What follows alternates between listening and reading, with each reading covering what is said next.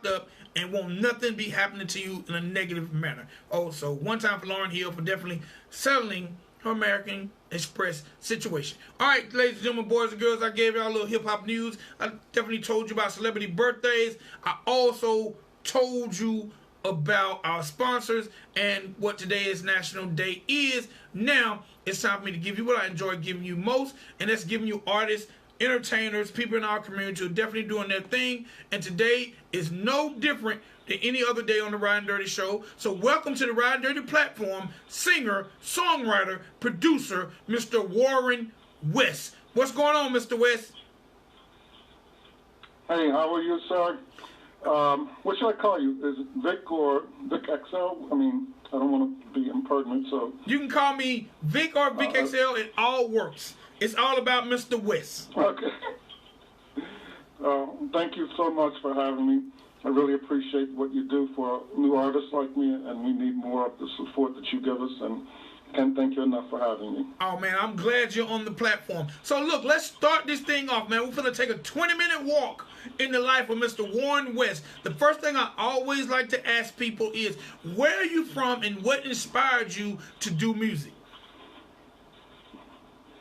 Well, that's a long story. So originally I was born in Chicago, and I was born into music. So my mother was a pianist and organist, and she played with a number of entities over the years. My father was one of the old quartet singers, if you remember that kind of music, and he sang with and recorded with a group called the Spiritual Airs.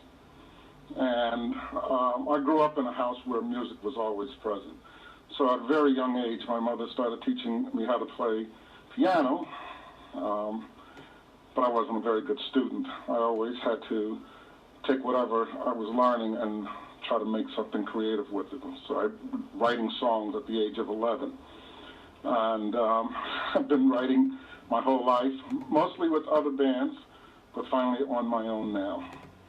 All right, now, growing up in a musical family with a musical background, how hard was it for you to step out front and to do your thing? You know, it wasn't hard. I didn't think about it. My parents, especially my mother, and always encouraged all of her children, and especially me, to be involved in music. You know, my first job actually was, my mother encouraged me to get my first job as a pianist. It was in a church, but it was still my first paying gig. So it wasn't hard for me to step out. The hard part was coming up with, I guess, material that people wanted to hear and that be well received in the community. That took some years to develop, that skill set. All right, now, when it comes to doing music and pursuing what you love, because you said you wrote for groups and you were part of groups, what made you step to, first of all, what's it like writing for other groups and being behind the scene? And what made you step out front? It was easy to write for other groups. The first group, I guess, was a group called Arrival, and this was back in the mid-'80s. And it was all of them were very talented musicians, and I enjoyed playing with them. And we wrote, sort of like, you know, collaborated on each song. Someone would start off with the riff, which I enjoy that process. You know, one musician gets a nice groove, and you know, everybody kind of joins in, and you improvise a little bit. And then before you know it, you hear a melody, and you say, okay, try to remember what you just did then. And you go back and replay it, add some vocals. Before you know it, you've got a song. So I enjoyed that process, and I still do. Nothing like getting together with a bunch of musicians and just jamming. So I like that. All right, now, when it comes to jamming and getting together with musicians, what instruments are your instruments of choice? My instrument of choice has always been keyboards. That's what my mother started me on. It started out with just piano and organ. You know, I guess it moved from that to synthesizers and all the different variations of keyboards. You know, each one kind of brings a different part of my personality out.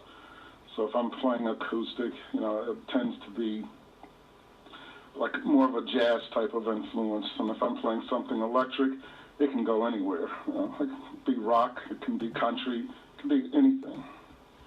All right. Who are some of your influences when it comes to creating music or doing music? Like, who are some of the people you definitely look up to? Oh, Vic, long list. Like I said, over the years I've played with a lot of different bands, listened to a lot of different music. But I guess the main ones would be the singers, like Marvin Gaye. Oh, I love The Main Ingredient. I wish I could sing like them. Al Green, George Benson, and then, Lou Rawls. Later on, people like Al Jarreau. So, and the list can go on. I mean, I like the male singers and the type of music that they put out, and I've always tried to emulate them. All right. Now, being that you're counter traditional, or you come, I don't want to say you come from the old school, but you definitely come from the traditional school. How do you feel about How do you feel about R&B music of the day and the songwriting and the singing of today when it comes to today's R&B? Oh, I love it. I love a lot of what it's doing, and I definitely get where hip hop comes from. When I was a younger person, we used to have what's called master blasts, where the DJs would battle, and they improvise and do something similar to hip hop. And so I guess as music evolved and people evolved, more and talent pours into an industry, and you get a different type of music. So I like where hip hop is coming from and how it developed over the years, and I enjoy it. And in terms of today's R&B, a lot of good musicians, a lot of good singers, a lot of good styles. I mean, songwriting has changed dramatically over the years. So I love what people are doing with music now. All right. I tend to write old school, but I enjoy some of the new stuff too. All right. Now, also being a songwriter, if a young artist, say a teen artist, someone who had the look, they have the talent, but they don't necessarily have the penmanship.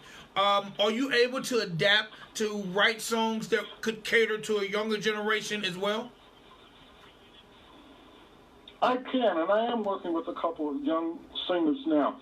One lyricist who's written some lyrics, needed some music put to her work, and so I'm doing that for her.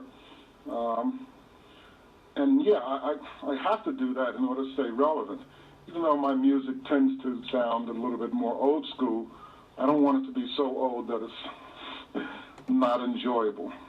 So it'll have some elements of today's music, and working with these young artists, yeah, I can do that, and I want to keep doing that. All right. What do you prefer most, being on stage or being behind the scene as a singer-songwriter?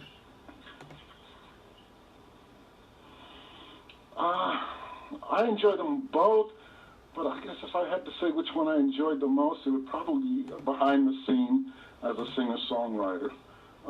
Even though I love to perform, and there's nothing like the energy you get from a room full of people that's enjoying your music, enjoying your work. I mean, you can really. I've done a song where you start out supposedly a 3-minute song and it goes for 15 minutes because everybody's just grooving with it. So that's a great feeling. But at the same time, sitting behind or in the studio, working with something and just getting the nuances, tweaking one little sound, working with the musician, getting that one riff to fit right in, that's a great feeling. And I guess I enjoy that more, even though I enjoy performing. All right, now, I got to ask this because you mentioned how a short song can turn into a long song. Do you remember back in the days when they had the 45s and they had these 8-minute, 15, 20-minute songs? Why do you think we don't see that in today's era? Yeah, I remember it, and I still have some of those recordings. The first recording I did with Arrival in the 80s was one of those 15-minute songs. And there's a lot of reasons why music's shorter. Mostly, I guess it's the streaming platforms are demanding shorter, and that's kind of driving the way people do recordings now. In the old days, you'd have the songs were written like a verse, chorus, verse, chorus, hook. Well, the chorus is kind of gone now. And so they basically go from, verse to something instrumental with, a little improvisation, but no more choruses. All right. Also, I think the streaming platforms forcing that. All right, now, speaking of the streaming platforms, I've noticed now that songs have went from, 8 minutes, 5 minutes, and now songs are barely 3 minutes long. Do you think that's because of the streaming platform, or do you think that's because today's generation just have a shorter attention span? Both. Yeah, if you go back to when 45s were released, the average song then was about 2.5 minutes.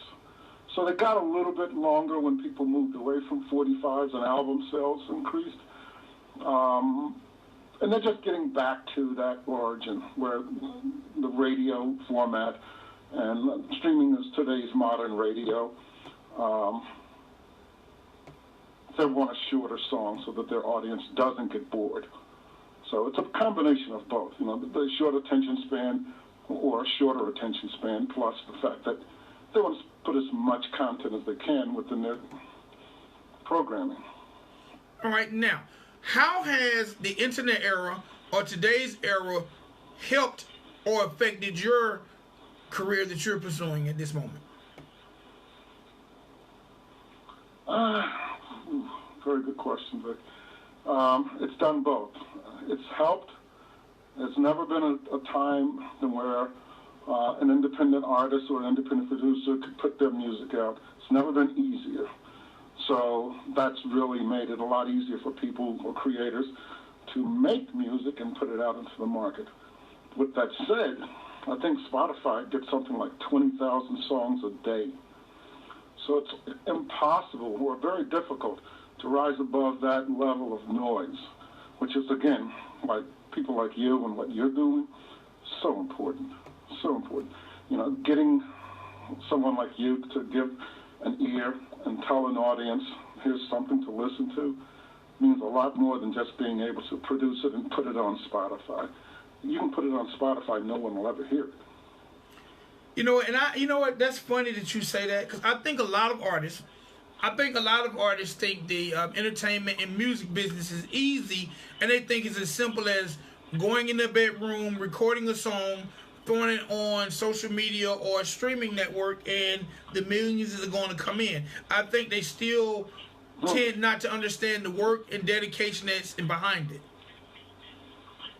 Yeah, if it was that easy, everyone would be a star. It's not that easy. It's a lot of work. It's still the music business. So even though there's a lot of talented people in the world. So even though you can produce a great song, write a great song, sing very well, it's not enough. You need a little bit more. And even if you put all the work in, you need a little bit of luck, and you need a lot of support from people like you and your listeners. Without that, nothing happens. All right, now, you're from Chicago. What took you to Philadelphia, home of the Philadelphia sound? Okay. I'm going to have to throw in some other parts of my life to fill in the blanks there. So even though I was a musician at a very young age, like most musicians, work was sporadic. So I took a job in the securities industry. My first job was in the Chicago Board of Trade. I did very well there. Got transferred to New York, worked in New York for 2 years, and the company that I worked for transferred me to Philadelphia. I was supposed to be here for 6 months and then go back to New York. But I met my wife. She wasn't leaving, and so I've been here ever since. All right, so I got to ask, met my wife, and that segues me into this song that you have that we're going to play called Inside My Heart.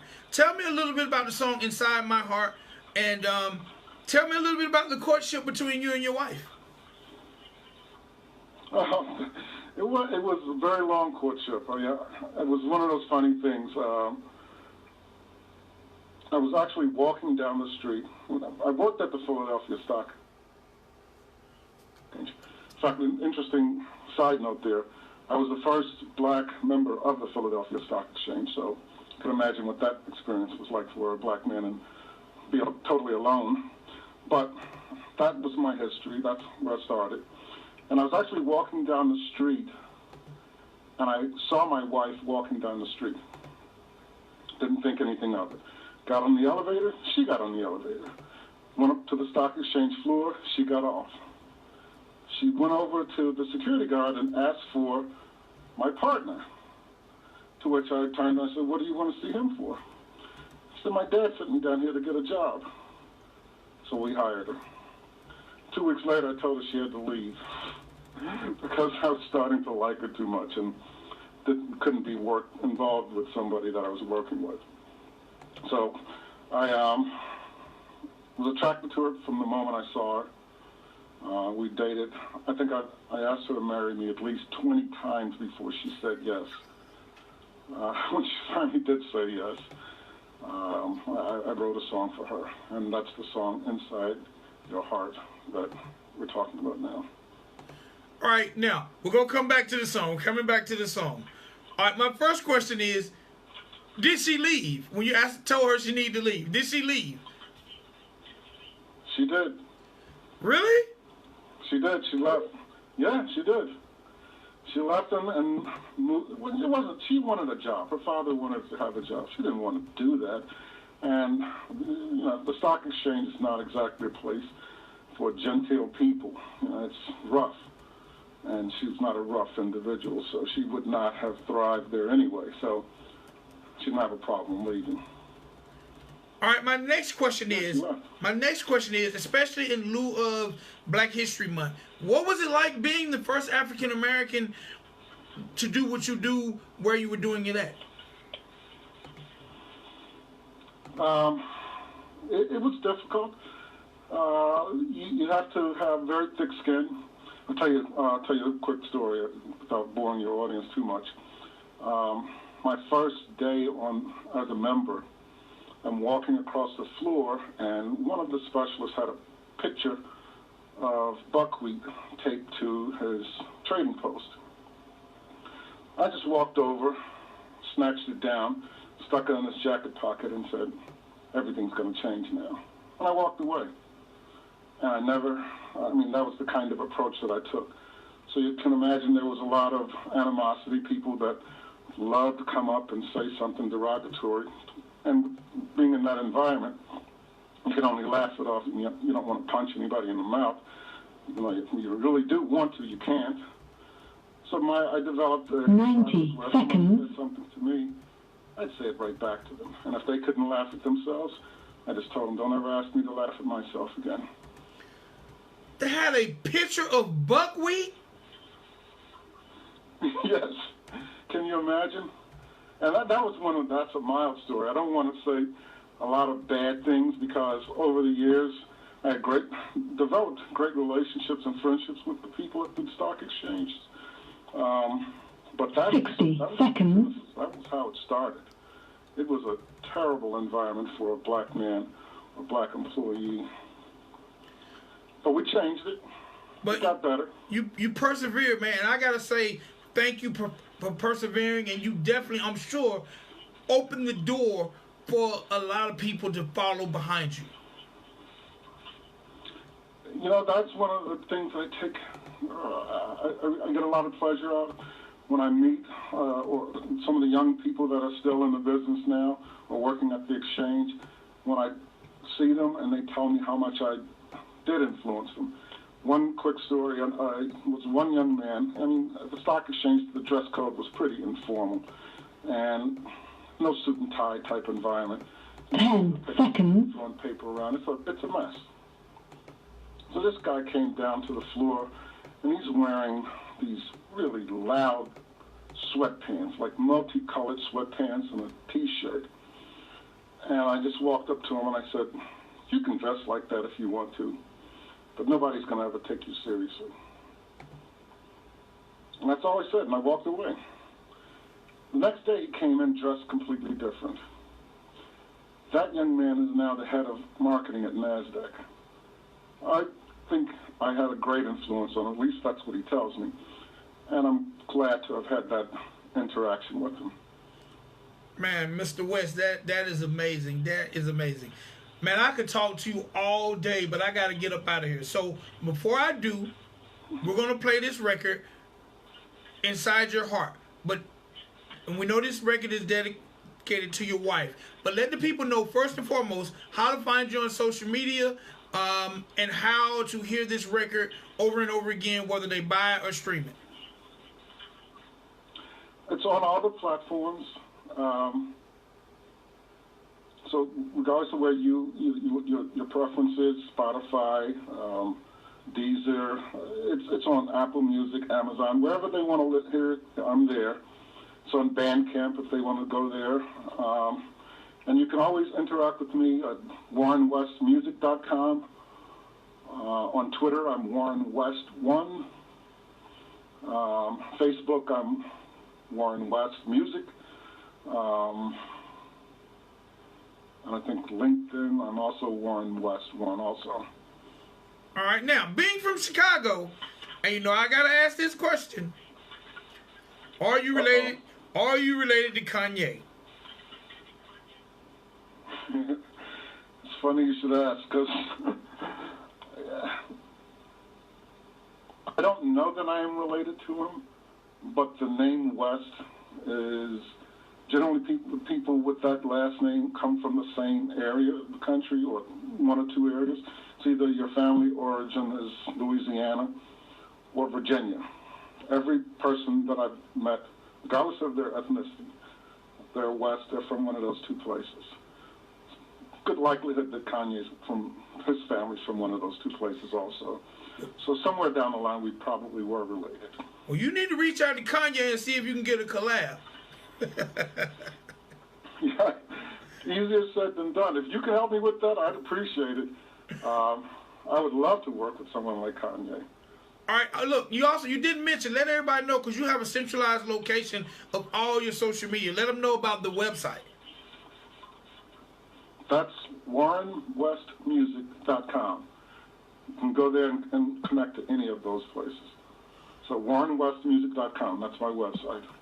All right, now, before we get up out of here, do me one big favor and introduce the record to the people.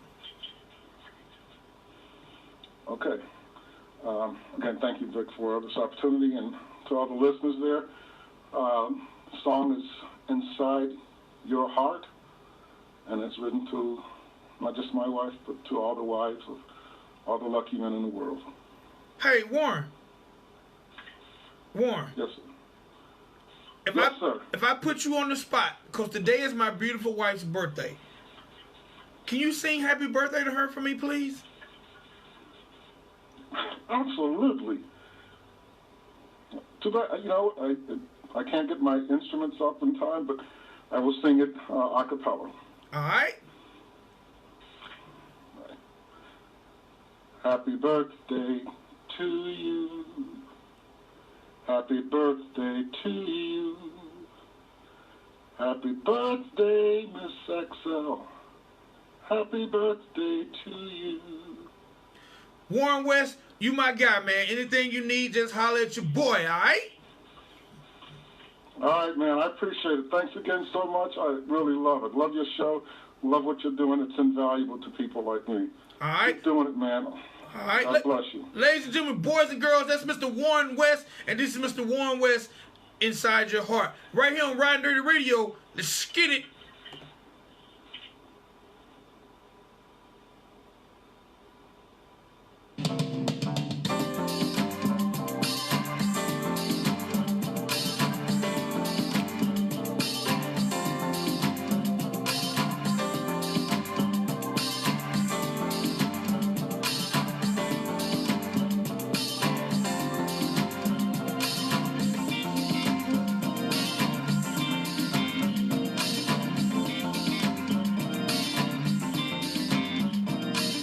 Shame we can't live the way we want to.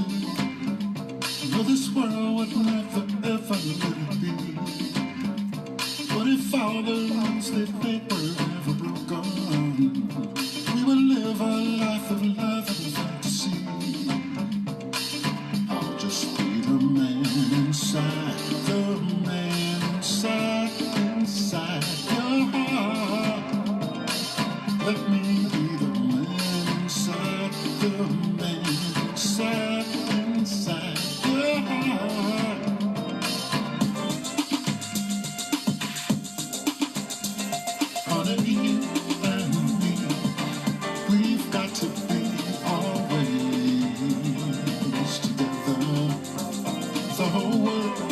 is waiting to see if love will last. Just the man inside, the man inside your heart. Let me be the man inside, the man inside your heart. It might be a new thing, but the world will change. If love is forever, why is it so strange? It just might be the waiting for our song to sing.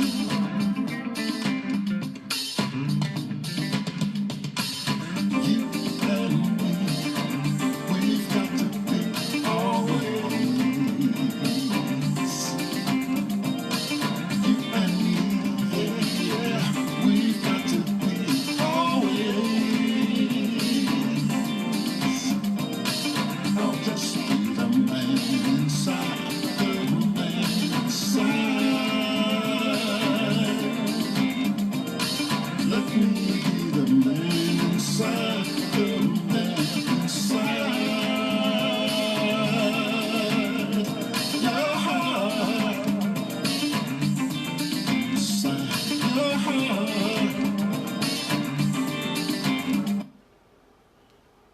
All right, that was Mr. Warren West. It's your boy Vic XL. It's Ridin Durty Radio. We'll be back. Make sure y'all check us out in the morning. And it's not too late. Make sure you go vote on the dude.